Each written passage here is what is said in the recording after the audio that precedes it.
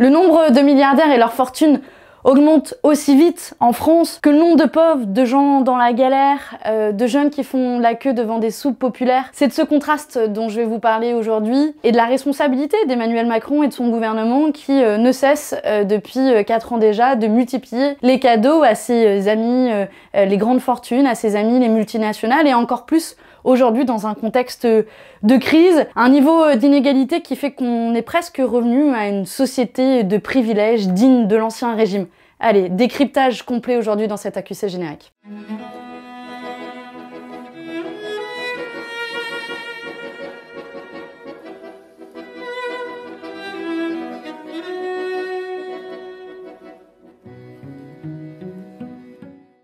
La fortune des milliardaires français, en un an, elle a augmenté de 77%. À croire que c'est pas la crise pour tout le monde. Vous imaginez si le SMIC avait augmenté de 77% en un an, bah clairement on se porterait bien mieux, ou même si les allocations chômage ou le RSA avaient augmenté de 77%. Et surtout, on voit dans le détail, quand on regarde les milliardaires français, on va prendre un de nos préférés, Bernard Arnault, le copain de Ruffin. Il a gagné en un an 150 milliards de dollars. 150 milliards de dollars, c'est plusieurs milliers d'années de SMIC.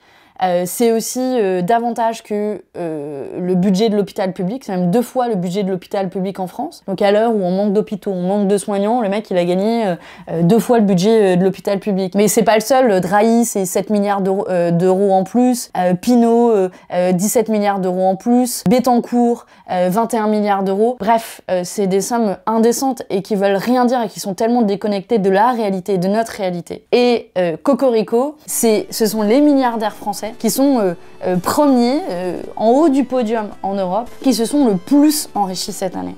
Vous savez, il y a souvent le discours « Ah, mais c'est formidable, c'est la réussite française, nous qui dénonçons ça, nous sommes jaloux ». On a toujours ce genre d'argument sur des plateaux télé. Là, j'ai envie de leur rappeler, en fait, si ces gens-là se sont enrichis, c'est grâce au travail de gens, de ceux qui ont véritablement pris des risques pour aller travailler pendant cette année. Et puis 2, en fait, ça sort pas de nulle part. Ça sort notamment des cadeaux fiscaux qui ont été faits par Emmanuel Macron.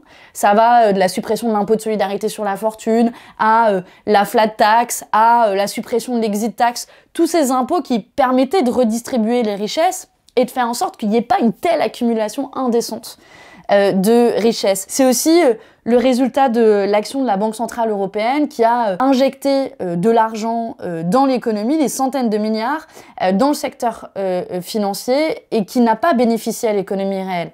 C'est le résultat aussi de milliards d'euros qui ont été injectés par l'État français dans les entreprises, mais sans aucune contrepartie sociale ou écologique, sans préservation de l'emploi. Donc tout ça, en fait, c'est pas un hasard. Si ces grandes fortunes se sont enrichies, et si ces grandes entreprises multinationales se sont enrichies. Parce que là aussi, le CAC 40 est revenu à son niveau le plus haut depuis 2007. À croire qu'en fait, il n'y a pas eu de crise cette année pour ces grandes entreprises. J'ai vu que les banques françaises avaient accumulé plus de 20 milliards d'euros cette année, et c'est quasiment tout ce qu'ont accumulé toutes les banques européennes. Et puis, quand on regarde aussi spécifiquement certaines entreprises, les GAFA, Google, Amazon, tiens, Amazon, ils ont triplé leurs bénéfices en un an. Et il y a Oxfam qui a calculé que si Jeff Bezos, le patron d'Amazon, il donnait à chacun de ses salariés, donc ils ont quand même 800 000 employés, hein, Amazon, s'il donnait à chacun plus de 100 000 $, bah il serait toujours aussi riche qu'avant la pandémie. Et donc, on a d'un côté des privilégiés qui se sont enrichis pendant la crise, qui payent quasiment moins d'impôts, en tout cas moins d'impôts en proportion que les classes les plus pauvres, et de l'autre, des gens qui ont trimé. Des gens qui ont pris des risques, les aides-soignantes, les caissières, qui sont allées travailler au début de la crise sans masque. On a le seuil des 10 millions de pauvres qui est passé en France. On a des jeunes qui font la queue devant des soupes populaires. Pas pour apprendre, non, juste pour survivre, pour bouffer en fait. On a des suppressions d'emplois qui se multiplient dans les entreprises, la dette privée qui ne cesse d'augmenter. C'est ça la réalité de ce contraste, et la crise sanitaire qu'on est en train de vivre, en réalité, c'est une espèce de bombe à retardement social avec un niveau d'inégalité quasiment jamais atteint ces dernières décennies. Et face à ce niveau d'inégalité qui est assez inédit dans l'histoire, c'est intéressant de voir que les lignes bougent, ou commencent à bouger au niveau international, sur la question qui est à mon sens centrale, qui est la taxation des plus riches et des grandes entreprises multinationales. C'est central pour plein de raisons, parce que il y a une partie de consentement à l'impôt. Vous et moi, on paye nos impôts, on paye notre TVA tous les jours, on paye notre impôt sur le revenu, il n'y a pas de raison que les plus riches et les grandes boîtes le fassent pas. Et puis il y a une question aussi à la fois de redistribution des richesses entre les plus riches et les plus pauvres, et de financement de nos services publics, nos hôpitaux, nos écoles, qui par ailleurs bénéficient aussi aux plus riches. Et c'est vrai que moi, ça fait des années que je bosse sur ces sujets. Bon, faut dire, parfois, on pédale dans le vide sur ces sujets. On répète à qui veut l'entendre, il faut taxer les plus riches et les grandes entreprises multinationales. Bon, ça n'intéresse pas grand monde, mais force est de constater que ces dernières semaines et ces derniers mois, des choses ont changé. On a eu d'abord une série d'appels d'organisations internationales. L'Organisation des Nations Unies, d'un côté, a demandé une taxe sur les profiteurs de crise, exactement en utilisant quasiment nos mots. Ensuite, il y a eu le Fonds monétaire international, et d'ailleurs sur un plateau, on m'avait demandé si c'était le Fonds monétaire insoumis. Bon, je vous rassure, je pense pas que ça reste des libéraux, mais même eux ont réalisé en fait que le niveau d'inégalité allait avoir un impact sur l'économie, sur le long terme, et même eux, ils demandent de taxer les plus riches et les multinationales. Donc on a d'un côté un appel des organisations internationales, de l'autre des États qui commencent à mettre en place une taxation sur les plus riches. D'abord on a eu l'Argentine qui déjà à la fin de l'année dernière avait mis en place une taxation sur les plus grandes fortunes. Et puis là plus récemment, et c'est assez intéressant, Joe Biden, qui vous le savez était pas notre favori, on aurait préféré Sanders, mais quand même, a introduit une augmentation de l'impôt sur les sociétés aux États-Unis, et même un ultra-libéral comme Boris Johnson, qui a aussi, lui, proposé une augmentation du taux d'imposition sur les sociétés. Mais si on peut continuer notre tour du monde, par exemple en Nouvelle-Zélande, le gouvernement, il a augmenté le salaire minimum et il l'a fait grâce à une taxation sur les plus riches. Et donc, on voit que tout un tas d'États se disent « Ok, on a besoin de ressources, il faut aller chercher sur les plus riches. » Et même, le pire du paradoxe, on a même eu un appel, c'est mon préféré celui-là, des milliardaires qui disent « Taxez-nous ». Et qu'un appel des milliardaires où ils supplient les États à plus les taxer. Bon, je crois pas que d'un coup ils soient découverts une âme charitable. C'est juste que, en fait, ce niveau d'inégalité, il est tel que ce sera nocif pour l'économie. Parce que on sait que ce sont les plus pauvres qui consomment le plus. Et donc, vous avez, même d'un point de vue purement libéral, intérêt à redonner de l'argent via des aides à des plus pauvres pour qu'ils consomment davantage et qui, du coup, fassent tourner l'économie. Puisqu'un riche, si vous lui donnez des milliards de plus, il va faire quoi? Il va spéculer, il va épargner, mais bon, une fois qu'il s'est acheté 3 voitures, il va pas en acheter une 4e, quoi. Et dans ce contexte-là, on a Emmanuel Macron qui fait sa petite tête de mule, là, vous pouvez l'imaginer avec une bonne petite tête de mule, qui est quasiment un des seuls, au niveau international, à se refuser une taxation des plus riches et des grandes entreprises multinationales. Et il fait tout l'inverse. Il a prolongé un impôt qui est super injuste, qui s'appelle la CRDS, regardez sur votre feuille de paye, tout le monde le paye, et qui est milliardaire comme pauvre, on paye tous le même taux. Il continue à faire des cadeaux aux plus riches, il poursuit, lui, la baisse de l'impôt sur les sociétés, là où on voit que partout dans le monde, il est en train de réaugmenter. Et moi, je crois que on doit fermer cette parenthèse de l'histoire. On a eu ces dernières décennies une chute dramatique du taux d'impôt sur les sociétés, partout dans le monde, et tout ça, ça a bénéficié juste à des grandes entreprises multinationales à enrichir leurs actionnaires. Et dans le même temps, on a nos services publics qui se dégradent, nos aides sociales qui baissent, et nos impôts les plus injustes qui augmentent. Par exemple, la TVA a augmenté. Et la TVA, tout le monde la paye quand on va faire nos courses. Et les plus pauvres en payent encore plus parce qu'ils consomment davantage. Et dans le même temps, on a l'impôt sur les sociétés qui a baissé partout en Europe. Et donc c'est cette tendance qu'il faut refermer.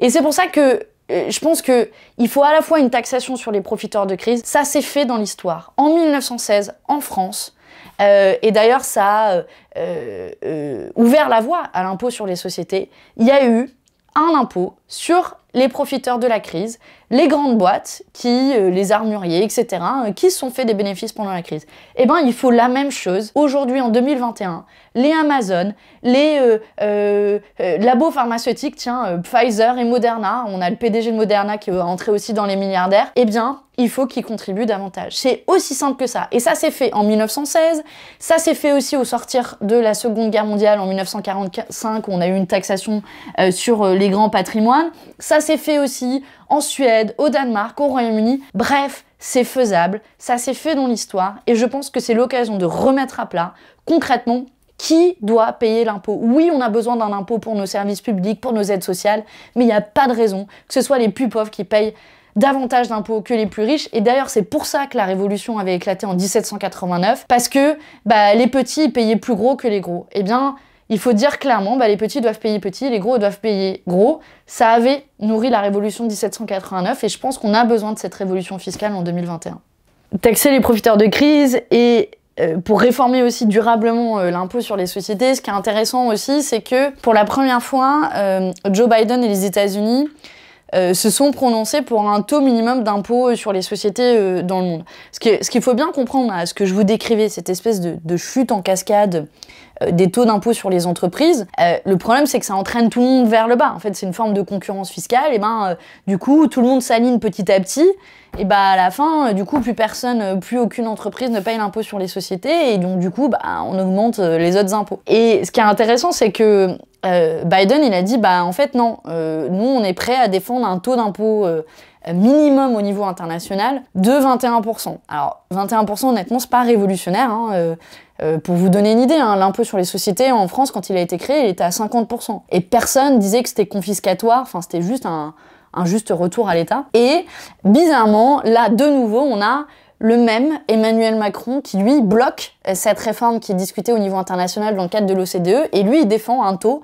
de 12,5%, qui est le taux de l'Irlande, d'un paradis fiscal. Donc c'est un autre exemple où on voit que Macron fait le jeu littéralement d'un paradis fiscal. Et nous, ce qu'on dit par rapport à ça, c'est que comme on défend l'impôt universel pour les particuliers, c'est-à-dire que même si vous vous cassez à l'étranger, le fisc français il vous retrouve, il faut faire la même chose sur les grandes entreprises en disant on veut un impôt universel sur les entreprises. Et ça va faire l'objet d'une proposition qu'on est en train de développer et que j'aurai l'occasion de vous présenter plus en détail au moment de la sortie de la prochaine revue programmatique de la France Insoumise, et qui, je crois, est une des solutions fondamentales pour faire en sorte que les entreprises, elles arrêtent de faire de l'évasion fiscale et qu'elles profitent des paradis fiscaux.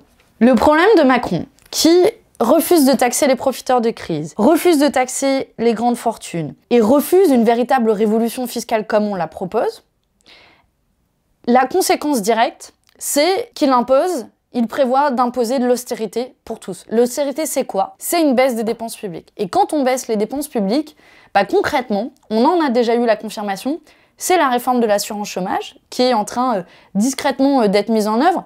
C'est plus de 2 milliards d'économies sur le dos des chômeurs, donc sur le dos des gens qui galèrent, qui sont déjà parmi les plus pauvres en France. C'est concrètement pour 1,2 million de personnes dans ce pays, donc ça fait quand même beaucoup de gens, une baisse de 17% du montant de leurs allocations. C'est la réforme des retraites, où on a eu la confirmation cette semaine que Macron allait en gros suivre Bruno Le Maire, le ministre de l'économie, et aller mettre en œuvre la réforme des retraites, où là aussi on va faire des économies sur les retraités, et en particulier sur les plus pauvres. Et cette austérité-là, en fait, on va se la prendre, mais XXL dans la face. Il y a eu un rapport qui a été mandaté par le gouvernement, de la commission Arthuis. Alors, je vous fais le paysage. En gros, ils ont pris quelques économistes libéraux, ils les ont mis autour de la table. Ils ont dit il y a quand même ces gauchistes là qui nous proposent d'annuler la dette, qui nous demandent de taxer les riches. Bon, au passage, c'est pas que les gauchistes qui le demandent, c'est plein d'économistes, y compris pas des libéraux. Je vous ai déjà fait le paysage. Mais bon, ils se disent voilà, faut qu'on trouve une réponse. Et là, la réponse qu'ils ont trouvée, c'est ce qu'ils présentent dans leur rapport, c'est littéralement de institutionnaliser l'austérité. Ce qu'ils proposent, c'est une réduction des dépenses publiques qui serait inscrite dans la Constitution. Donc concrètement, vous savez, l'horizon des 3% de déficit là dont on vous parlait, en ce moment on a un 9%, l'économie s'est pas complètement écroulée pour autant, donc comme quoi c'est possible d'emprunter davantage, mais comme ils ont trop peur des demandes que nous on fait, ils disent ok, notre réponse à nous, c'est de comprimer les dépenses publiques et de constitutionnaliser l'austérité, d'inscrire dans la Constitution cet horizon de réduction des dépenses publiques. Donc derrière, c'est des économies dans les hôpitaux, des économies dans nos facs, nos écoles, dans la protection sociale, dans la sécurité sociale. Voilà concrètement comment ça va se traduire. Et en fait, c'est dramatique. Il y a un bon papier de Mediapart que je vous conseille qui le décrit assez bien comment le second mandat de Macron pourrait être vraiment cette austérité puissance XXL. Et pour moi, ça pose deux problèmes fondamentaux. D'abord, ça veut dire c'est un problème démocratique. Si on constitutionnalise l'austérité, ça veut dire qu'on n'a plus de débat politique sur les dépenses publiques. En gros, en début de mandat, quand vous êtes député, on va dire « Ok, l'horizon, c'est réduction de X% des dépenses publiques. » Et après, on va plus en débattre. Donc ça veut dire qu'on ne partira pas chaque année des besoins dans l'hôpital, des besoins dans l'école. Et on nous privera d'un outil politique qui est majeur, qui est la maîtrise des dépenses publiques. Et puis le deuxième problème, évidemment, c'est que on inscrit en lettres de marbre l'austérité. Et c'est complètement paradoxal parce qu'en plus Macron essaie de se vanter en disant oui, on va revoir la règle des 3% de déficit, ça c'est ce qu'il dit, comme d'hab, en même temps. Et dans le même temps, il l'inscrit en lettres d'or, l'austérité. Tout ça pourquoi? Tout ça pour faire plaisir à la Commission européenne. Parce que vous savez, le plan de relance européen dont on a inventé tous les mérites, la France, là, elle est en train de soumettre son plan à la Commission européenne. Et c'est pour faire plaisir à la Commission européenne qu'elle s'est engagée à une réduction des dépenses publiques et à un horizon de 3% de déficit d'ici 2024. Et donc, on voit que nous, on avait raison de se méfier de ce plan de relance européen et des contreparties qui étaient demandées parce que c'est clairement l'austérité qu'ils nous vendent et qu'ils nous présentent comme une forme d'évidence. Alors que des alternatives, on en a. Des alternatives, c'est l'annulation de la dette détenue par la BCE, c'est la taxation des profiteurs de crise, c'est une révolution fiscale qui fait que tous ceux qui payent moins de 4 000 euros d'impôts, qui gagnent moins de 4 000 euros paieront moins d'impôts, mais tous les autres, ils paieront plus. Voilà. Mais ils nous présentent leur vision libérale comme une forme d'évidence. Et ça, franchement, les amis, je pense que dans l'histoire de la Ve République, pour le coup, on a pas mal parlé d'histoire aujourd'hui, c'est vraiment on est en train de se prendre les pires réformes économiques et les plus inégalitaires, qui, je crois, nous obligent davantage encore à se battre pour les dégager en 2022 et rétablir, fermer cette parenthèse de l'histoire qui a fait trop de cadeaux aux plus riches et aux plus fortunés. Bon, et alors que nous, on propose une porte de sortie claire à la situation inédite du niveau d'inégalité dans lequel on se trouve, on a face à nous 50 nuances de libéralisme. Autour de la République en marche d'abord, avec Macron qui annonce très clairement la couleur de l'austérité pour 2022, mais autour de lui, Xavier Bertrand, qui quand même a fait son début de campagne sur des nouvelles coupes dans les impôts des plus riches forcément, comme toujours. On a aussi Édouard Philippe, qui globalement essaie de faire sa nouvelle entrée, mais bon, Édouard Philippe, c'est aussi le nom des pires mesures antisociales de ce quinquennat. Et on a une forme de concours entre la République en marche, le reste de la droite et le Rassemblement national, faut quand même pas les oublier, de quelles dépenses publiques on va couper en priorité, quel cadeau fiscal on va faire en priorité à leurs amis les riches ou les multinationales. D'ailleurs, c'est pas un hasard si les dîners de privilégiés à 400-500 euros le repas, eux, ça les choque pas, parce qu'en fait, ils vivent dans un monde parallèle, ils sont entourés par ces gens-là. Et pour finir, quand même un mot sur le Rassemblement national. Le Rassemblement national, c'est Marine Le Pen qui dit la dette, il faut la rembourser. Donc elle a la même obsession qu'Emmanuel Macron sur la dette. Moi j'étais en débat face à un gars du Rassemblement national la semaine dernière sur LCI et qui était là, ah non mais il faut pas taxer les plus riches, ils le méritent. C'est exactement le même discours que la République en marche. Et je pense qu'il faut se battre et montrer à quel point aussi le Rassemblement national est antisocial, sert ce système, qui privilégie les plus riches et les grandes entreprises multinationales. Et ce qu'on propose, en fait, c'est faisable et c'est la seule manière de répondre à l'urgence des inégalités. C'est une taxe sur les profiteurs de crise, c'est une révolution fiscale pour taxer tous ceux qui gagnent plus de 4 000 euros, c'est partir de nos besoins sur nos hôpitaux, nos écoles pour les financer, c'est annuler la dette et remettre la Banque Centrale Européenne au service des gens. Bref, plein de propositions qui sont celles qu'on va défendre et franchement qu'il faut que ce soit celles qui soient dans le débat politique, parce que moi j'en ai marre d'avoir des débats sur tout un tas de sujets, que les médias et la droite et l'extrême droite montent en épingle, d'avoir leur vocabulaire. Moi j'ai envie qu'on se batte et qu'on dise très clairement, voilà, on se bat pour les 10 millions de pauvres qui galèrent en France, on se bat pour les chômeurs qui perdent leur allocation, et il n'y a pas à sourciller.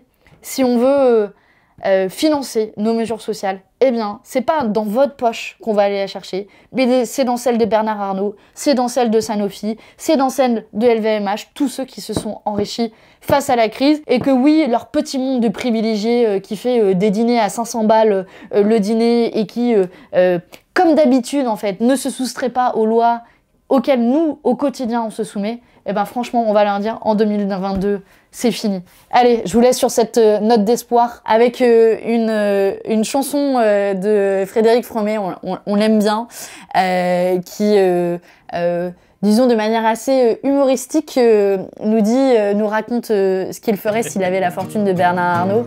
Ça en fait des choses. Tu parles que c'est fortiche de dauber sur les riches. C'est typique du clochard de jalouser leurs milliards. Le problème du mendiant, c'est qu'il est bien trop feignant pour aller au boulot, alors il chante dans le métro. Si j'avais le portefeuille de Bernard Arnault, je partirais en vacances dans des paradis fiscaux. Si j'avais compte en banque de Bettencourt, je partirais en vacances au moins au Luxembourg. Le pauvre est si petit qu'on le voit naître à Bobigny. S'il était un peu moins chèvre, il verrait le jour à Genève.